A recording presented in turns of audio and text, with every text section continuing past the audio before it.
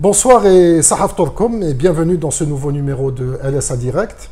Alors nous avons le plaisir de recevoir aujourd'hui le docteur Saïd Ayachi. Vous êtes président du Comité national algérien de solidarité avec le peuple sahraoui, donc le CNAS-PS. Merci. Merci de votre invitation. Et merci d'avoir accepté notre invitation. Alors, docteur, on va parler bien sûr de la question sahraoui, de tout ce qui tourne autour de ce dossier qui est très important, qui touche directement l'Algérie. Et on va commencer par ce mouvement de solidarité autour de la question du dossier du Sahara occidental et donc de mouvement de solidarité envers le peuple sahraoui. Oui. Le CNAS-PS s'inscrit dans ce large mouvement international.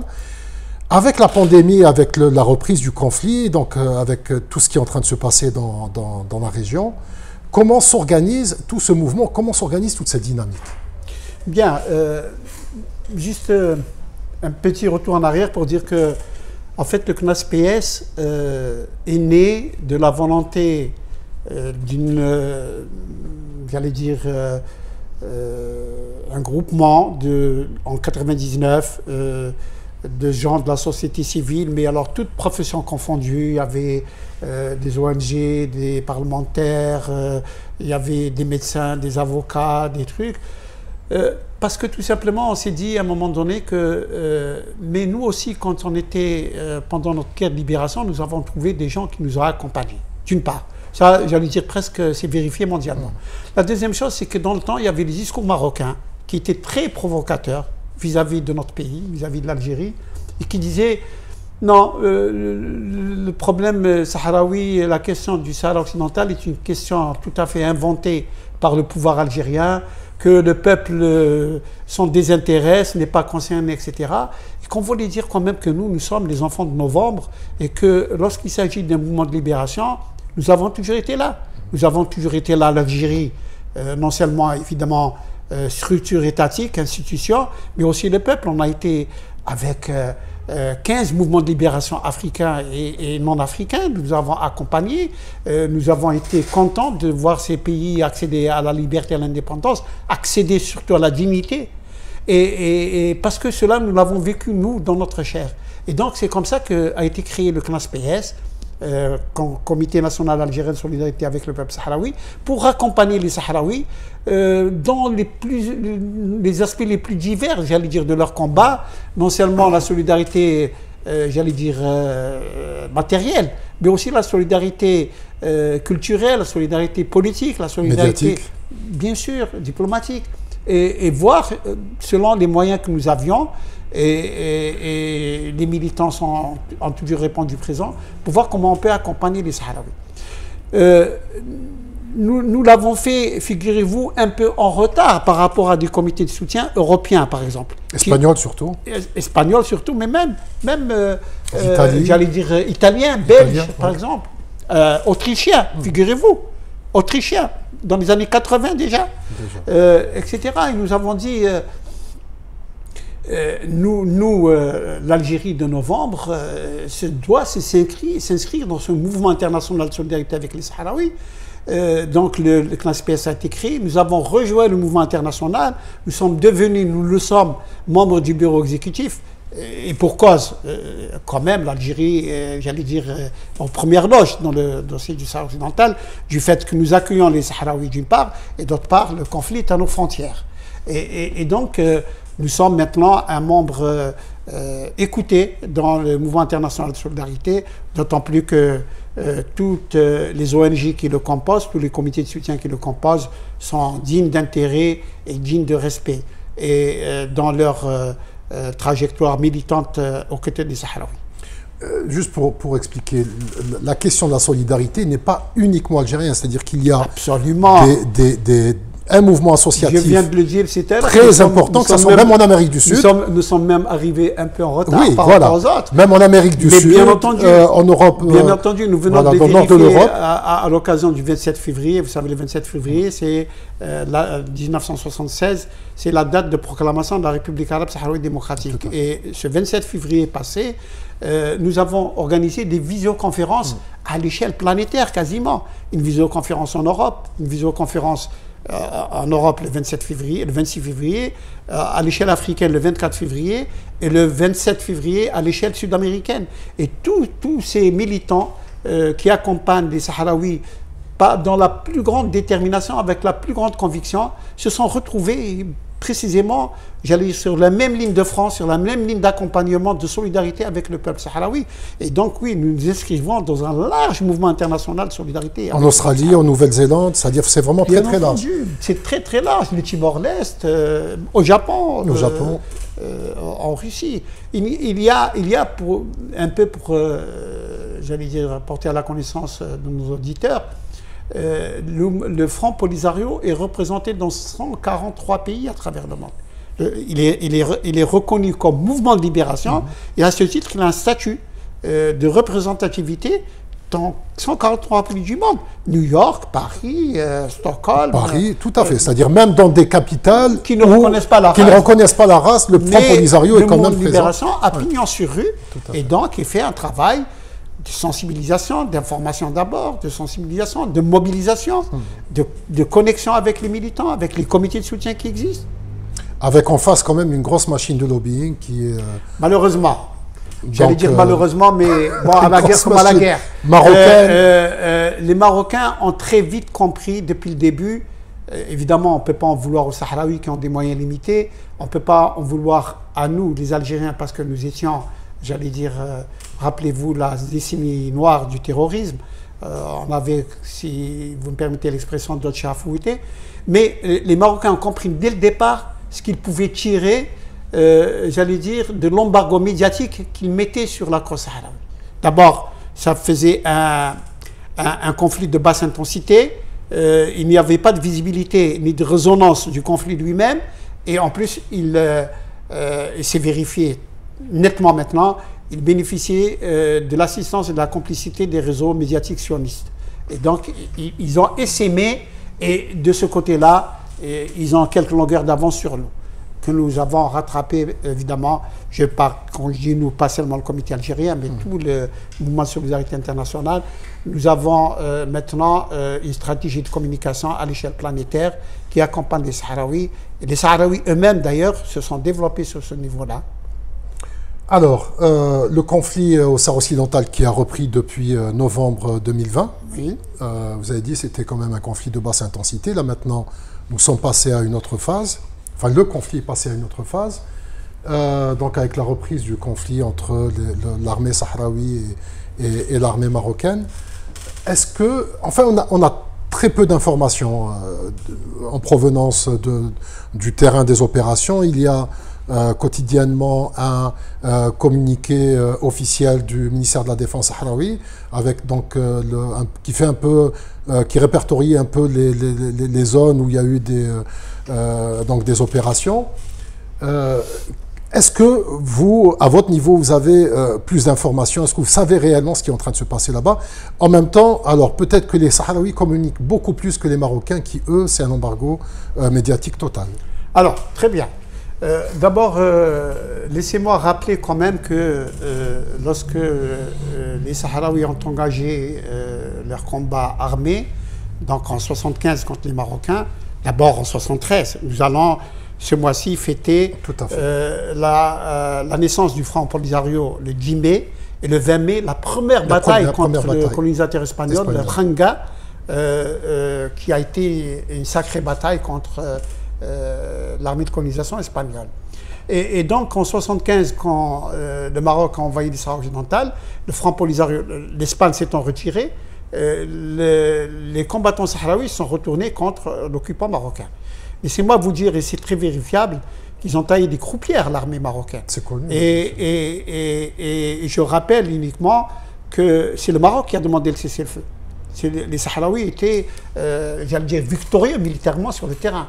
Le Maroc a demandé le cessez-le-feu, a demandé le cessez-le-feu, que les Sahraouis ont accepté parce que, bien entendu, c'est un peuple pacifique, c'est un peuple authentique. Il ne fait pas la guerre pour la guerre, il fait la guerre pour accéder à sa liberté, son indépendance. Et donc, les Sahraouis ont accepté le cessez-le-feu à la condition qu'on leur organise un référendum de détermination que leur reconnaît le droit international. C'est tout ce qu'ils ont demandé. Et ils voulaient des garanties. C'est l'ONU qui a donné ces garanties. Et c'est l'ONU qui a parrainé le cessez-le-feu et mis en place ce qu'on appelle le plan de règlement, c'est-à-dire ils ont mis en place la MINURSO, les étapes d'identification, etc. Mais c'était en 91. Ça fait exactement 30 ans que cela s'est passé. En fait, là aussi, inutile de rappeler que Hassan II était un fin manœuvrier et qu'il a fait traîner les choses. Il a fait perdurer la présence marocaine. Entre-temps, c'était le cessez-le-feu.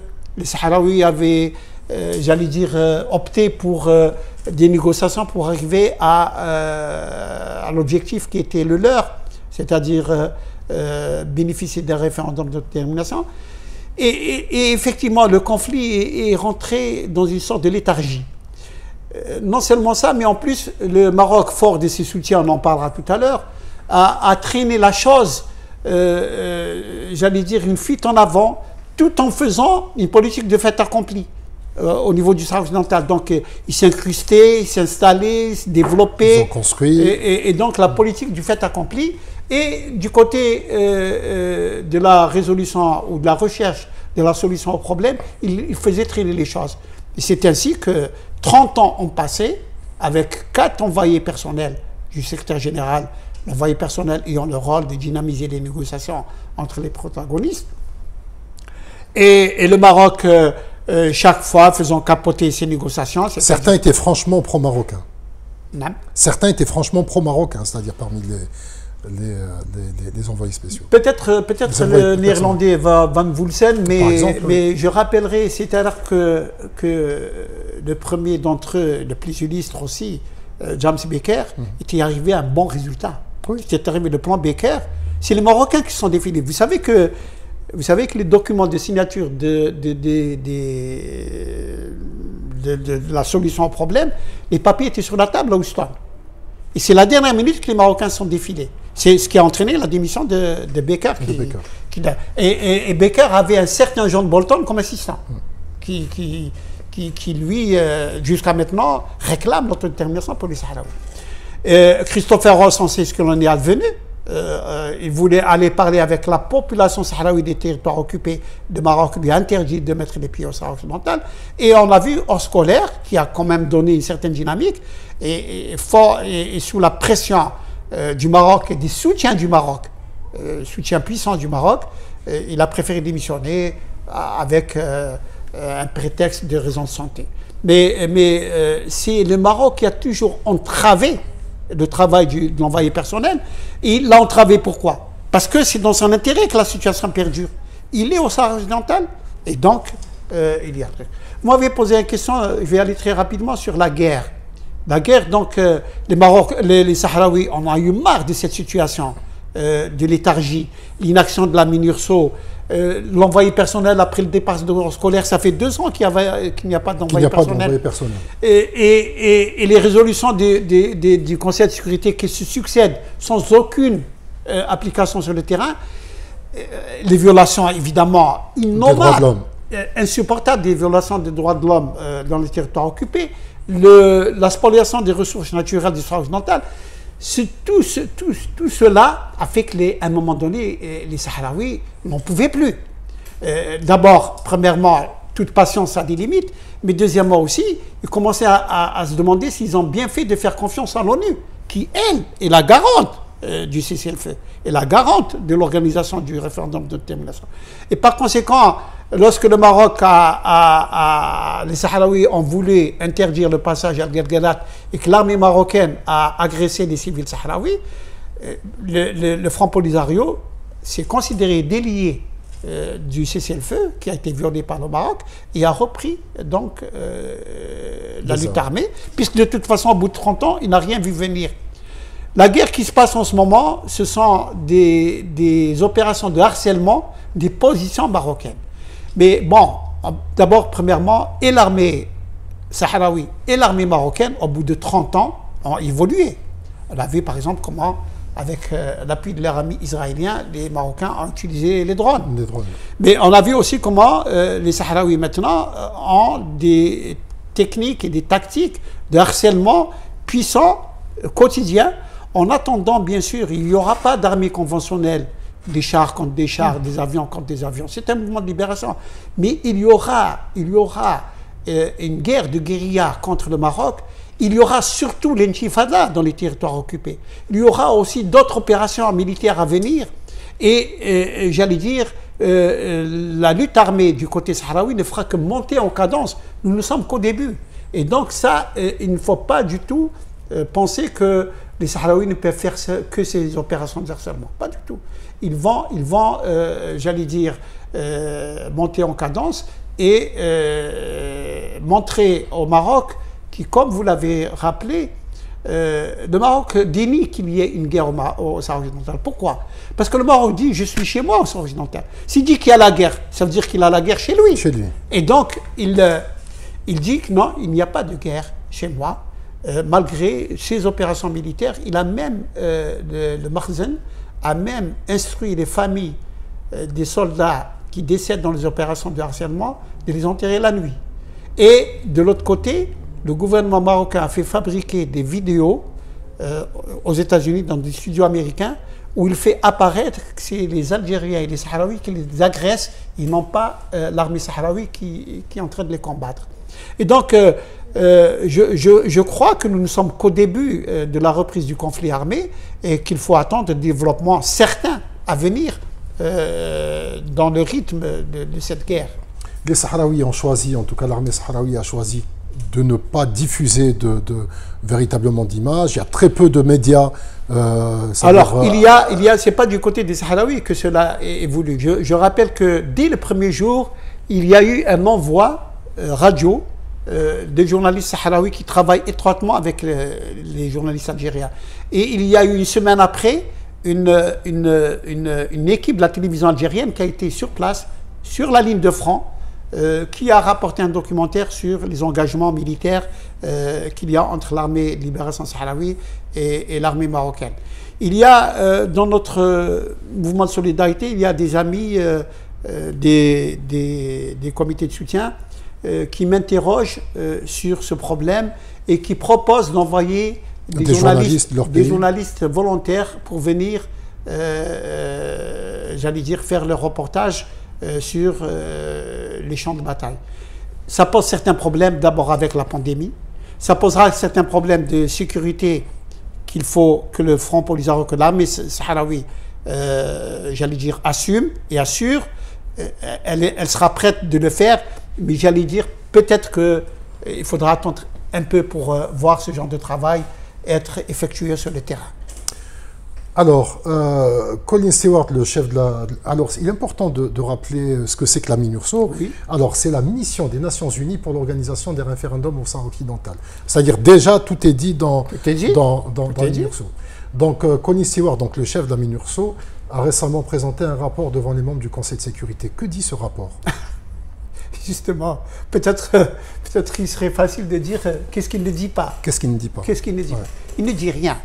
Pendant très longtemps, la MINURSO, qui est installée au Sahara occidental et qui a pour mission, comme vous le dites, de préparer le référendum. Donc qui est installée des deux côtés, c'est-à-dire bien sûr. La partie occupée, la partie libérée par l'armée sahraoui. Et donc, il y a deux parties dans la MINURSO, la partie militaire et la partie civile, diplomatique. La partie diplomatique, elle était chargée de préparer le référendum. Et elle a commencé à travailler après 91. Il y a eu l'étape d'identification qu'après, en 97, Hassan II a fait déraper en voulant imposer une liste de 63 000 noms. Mais la partie militaire était, elle devait assurer, j'allais dire, le cessez-le-feu lui-même, veiller au respect du cessez-le-feu avec des dispositions très nettes qui sont contenues dans des protocoles additionnels au plan de règlement en 2001. Et la MINURSO, en 2014, le Maroc a démantelé la MINURSO. Il a expulsé 85 fonctionnaires civils de la MINURSO. Il en a accepté que 26, le retour de 26. Quant à la partie militaire, comme disent les Sahraouis, elle servait de police de circulation aux marchandises marocaines qui passaient par le Guelguerat. Elle ne faisait rien d'autre que cela. Le Maroc a poussé même l'outrecuidance à imposer aux membres de la MINURSO de présenter non pas des passeports de l'ONU, mais des passeports personnels, c'est-à-dire par pays. Il a même imposé des plaques minéralogiques marocaines et non pas des plaques minéralogiques diplomatiques des véhicules de la MINURSO. Donc la MINURSO était totalement out dans sa mission. Et c'est un des grands reproches que font les Sahraouis. Les mesures de confiance qui ont été mises en place dans la vie de famille n'étaient pas très respectées, n'ont pas pu se faire respecter par la MINURSO, n'avaient pas l'autorité nécessaire pour faire vis-à-vis du Maroc, bien sûr. Les Sahraouis ont beaucoup aidé à la chose. Et donc moi, vous savez que cette réunion du 21 avril du Conseil de sécurité s'est déroulée à huis clos. Oui. On ne sait pas exactement ce que Colin Seward, le chef de la MINURSO, a présenté comme truc, mais ça a servi surtout à avaliser le budget qui a été voté de 56 millions de dollars. Donc il devait être accompagné d'un rapport et il a surtout servi à ça. Donc c'est plus administratif. C'est beaucoup plus administratif que opérationnel. Sur le plan. Bien sûr, la MINURSO a beau dire que peut-être ce qui s'est passé le 13 novembre, mais de toute façon, c'est son intérêt parce que c'était dépassé. Et la MINURSO, vous venez de le rappeler à juste titre, doit revenir à sa mission originelle, c'est-à-dire organiser le référendum. Le référendum. Donc tout le reste n'a pas beaucoup d'importance. Alors, le secrétaire d'État américain Anthony Blinken s'est récemment entretenu avec donc son vis-à-vis marocain, donc Nasser Bourita. Et ça a été rapporté par la presse marocaine, donc la presse marocaine qui dit que la question du Sahara occidental n'a pas été abordée lors de cette entrevue. Alors, est-ce que, juste pour essayer de comprendre, pour essayer de décrypter un peu ces messages, ou ces non-messages, est-ce que c'est une façon de dire nous sommes l'administration, donc Biden soutient la position de l'administration Trump qui a reconnu la marocanité du Sahara occidental, ou alors c'est une façon de se démarquer? Alors, il y a des choses, j'allais dire, à retenir parce que ce sont des déclarations officielles des officiels américains. L'administration Biden, quand il est arrivé, vous savez que Trump, dans les dernières semaines de sa présidence, a pris plusieurs mesures, oui, dont celle du décret qui reconnaît la souveraineté du Maroc sur le Sahara occidental. Et l'administration Biden, quand elle s'est installée, elle a dit « Je vais revoir l'ensemble de ces décrets dans l'intérêt des États-Unis ». Or, c'est là qu'il faut noter que le décret de Trump ne sert pas les intérêts des États-Unis. Pourquoi il ne sert pas les intérêts des États-Unis? Parce que reconnaître la souveraineté du Maroc sur le Sahara occidental, ça dynamite complètement le droit international. Or, le droit international, et j'allais presque dire le droit à l'autodétermination, c'est d'abord un concept américain. Tout à fait. Et donc, je rappelle aussi que les États-Unis, au niveau du Conseil de sécurité, dans ce qu'ils appellent le groupe des amis du secrétaire général, c'est le penholder, c'est-à-dire ce sont eux qui rédigent les résolutions qu'ils proposent aux autres membres du Conseil de sécurité. Et donc, Trump les a mis dans de sales draps, dans une position intenable. Ils sont, en tant que grande puissance et en tant que premier contributeur des Nations Unies et en tant que concepteur du Conseil de sécurité, les États-Unis doivent veiller à la paix et à la sécurité internationale. En tout cas, officiellement, c'est parmi, c'est dans leur agenda. Et voilà que s'ils suivent le décret de Trump, mais ils piétinent, ils dynamitent le droit international. Donc, il y a quelque part un paradoxe, pour ne pas dire un antagonisme fondamental. Et donc, personnellement, je ne m'attends pas à ce que le décret de Trump soit annulé de façon formelle, mais il est contourné. On a vu comment les États-Unis sont revenus au Conseil de sécurité, comment ils sont en train de presser le secrétaire général de nommer un envoyé personnel. C'est-à-dire qu'ils croient encore, et ils ne peuvent que le faire, qu'ils croient à une solution acceptées mutuellement par les deux protagonistes à la suite de négociations. Et pour avoir des négociations, il faut avoir l'envoyé personnel. De l'autre côté, ils sont comptables quand même de la paix et de la sécurité internationale, et surtout dans la région.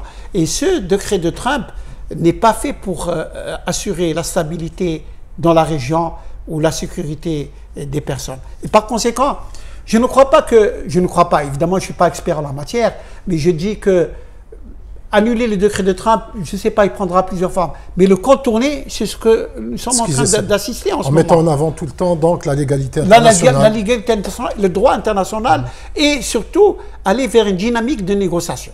Je crois que c'est surtout ça. Alors, les États-Unis d'un côté, le rôle de la France dans ce dossier, qui a agi, donc on l'a dit, hein, depuis le cessez-le-feu, donc et depuis à peu près entre 15 et 20 ans, beaucoup plus de façon réellement ouvertement, comme étant le facteur bloquant un peu du conflit au Sahara occidental. Mais c'est le principal blocage. Voilà. Alors, quel est l'intérêt de la France? C'est le principal. Je rappellerai, si vous le permettez d'abord, que ce sont des avions français qui ont bombardé les Sahraouis en 1975. Et donc la France n'est pas partie prenante depuis 15 ou 20 ans, elle est prenante depuis le début du conflit. Et je rappelle ce qu'avait dit à l'époque Giscard d'Estaing, je suis contre les micro-États. Comme si le Sahara occidental, qui fait une fois et demie la France, c'est un micro-État quand on le compare à Andorre ou à Saint-Marin. Mais bref, chacun a les arguments qu'il peut. La France joue un rôle que peut-être nous, Algériens, comprenons parce qu'il y a un esprit colonialiste dans cette histoire.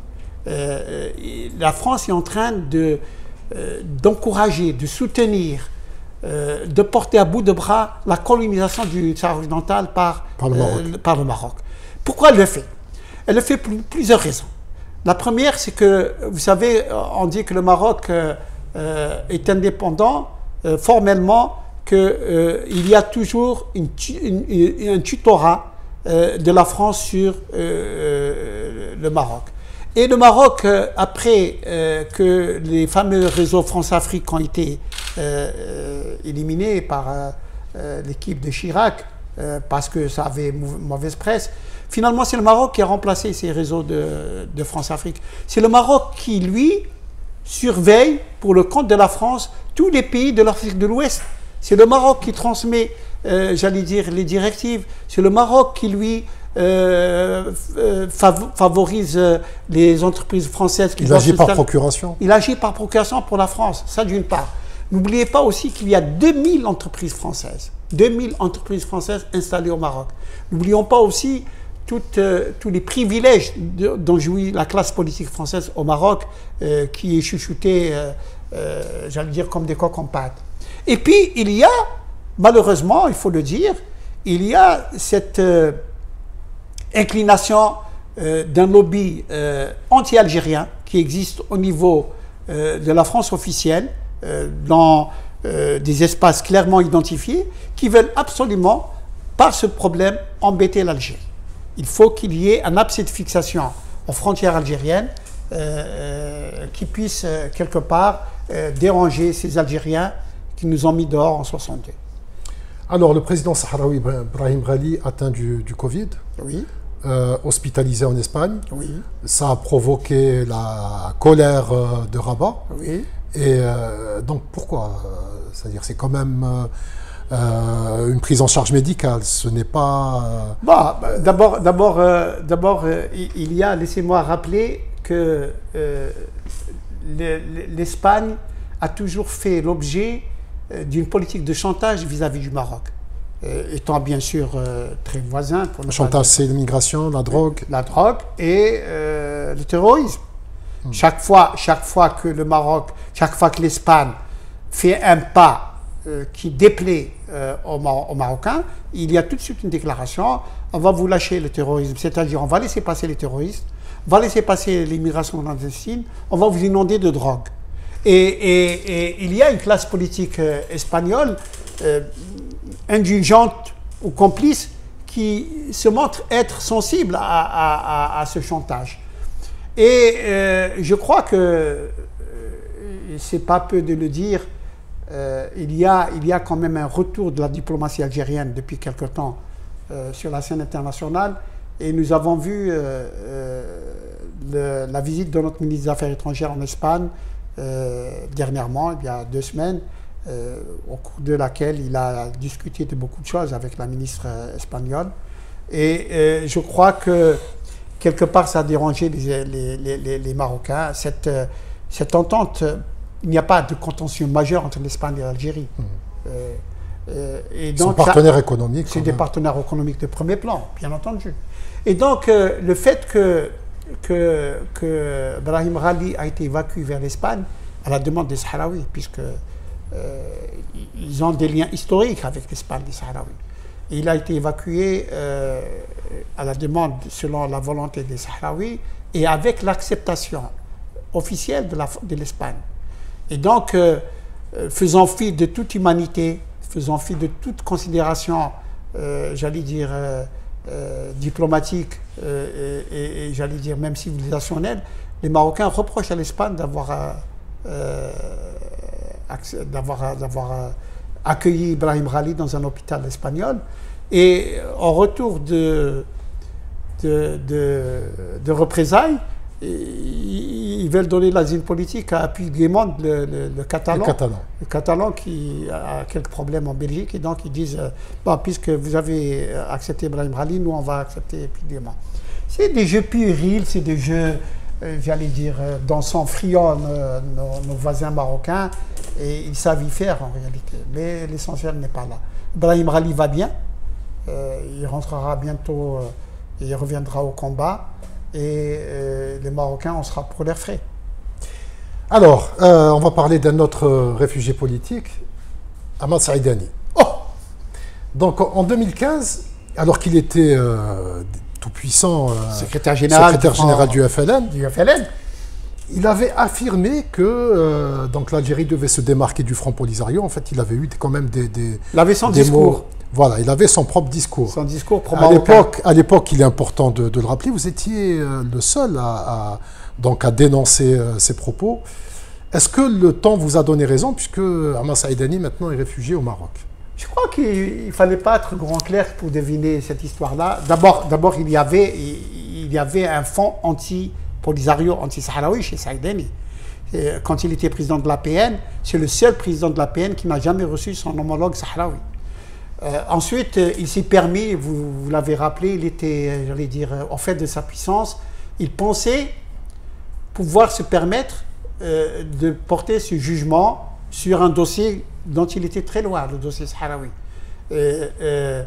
Mais on savait dans la configuration politique de l'époque quelle place il occupait, une place importante. Le dénoncer de ma part, j'étais dans mon rôle. Si je ne l'aurais pas fait, je n'avais qu'à quitter la présidence du CNAS-PS. Je l'ai fait d'abord aussi en tant que militant avec beaucoup de conviction. Et je savais surtout ce paradoxe profond, cette contradiction importante qu'il y avait entre le secrétaire général du FLN, le FLN qui, dans toutes ces réunions du comité central, il y avait un paragraphe pour le Front Polisario. Le secrétaire général du FLN qui se démarquait de la ligne politique de son propre parti. Donc il parlait au nom de qui? S'il parlait au nom du FLN, c'est faux. S'il parlait en son nom propre, il n'avait pas à le faire de façon officielle. Et donc, on a subodoré déjà dans le temps qu'il y avait une connexion avec le Maroc. Et comme vous dites, l'avenir nous a donné raison, puisque maintenant il se trouve dans les bras de Mohamed VI et bien à l'abri des poursuites judiciaires éventuelles qu'ils vont avoir contre lui. Saïdani a parlé ainsi. Est-ce qu'il parlait aussi un peu au nom de d'autres personnes, d'autres responsables algériens de l'époque, qui n'étaient pas vraiment convaincus par la question du Sahara occidental? Probablement, il viendra le jour où il faudra décrypter les déclarations des uns et des autres. J'ajouterai dans ce sillage seulement que le communiqué du CNAS-PS a dérangé beaucoup de gens. Et puis après, il a été dit qu'on ne pouvait pas faire autre chose que cela. Mais alors, il faut le faire mieux que le CNAS-PS, qui est un comité. On va le faire de façon officielle.